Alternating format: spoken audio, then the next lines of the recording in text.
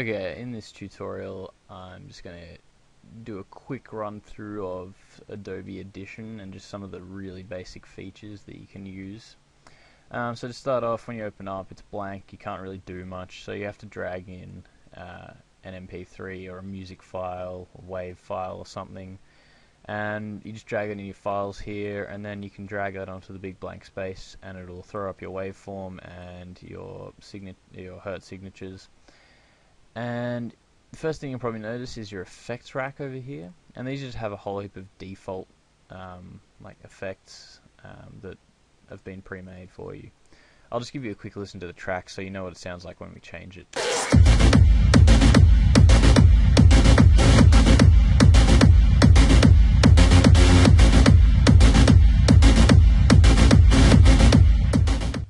So yeah, it's quite a basic track.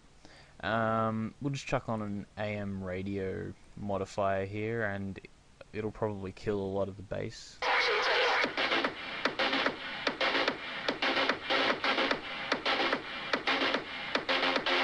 So you can hear what it did there. You've got a few microphone effects like the boxing announcer. It gives you a bit of echo, sounds like they're in a boxing arena. On the telephone, it's kind of a bit like AM radio, it gets rid of the bass in a person's voice and makes it sound like they're on the telephone. You can create your own by clicking a power on button and then just choosing a reverb or something, and then you can just edit the effects in here. So yeah, I'm not going to do that because it might take a while to render it while it's applying it.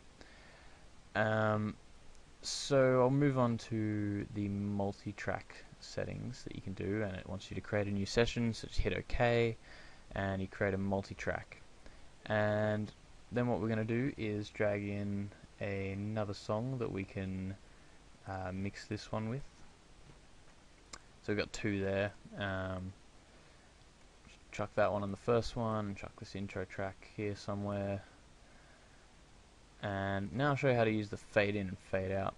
So the fade in, it gives you this long bar, and you'll notice when you drag down, it gives you a short, sharp fade in, and when you go up, it gives you a long, slow fade in, which you probably won't notice that much at all, really.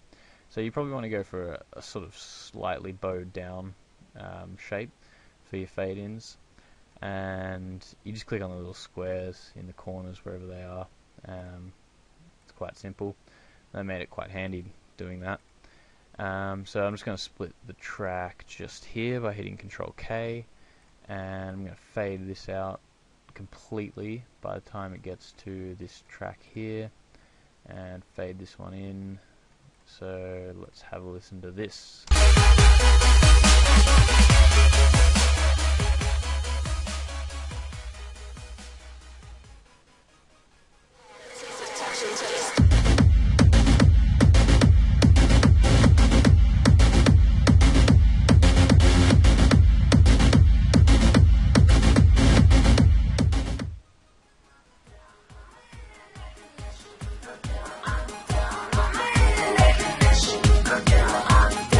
So you can hear the changes that were made there.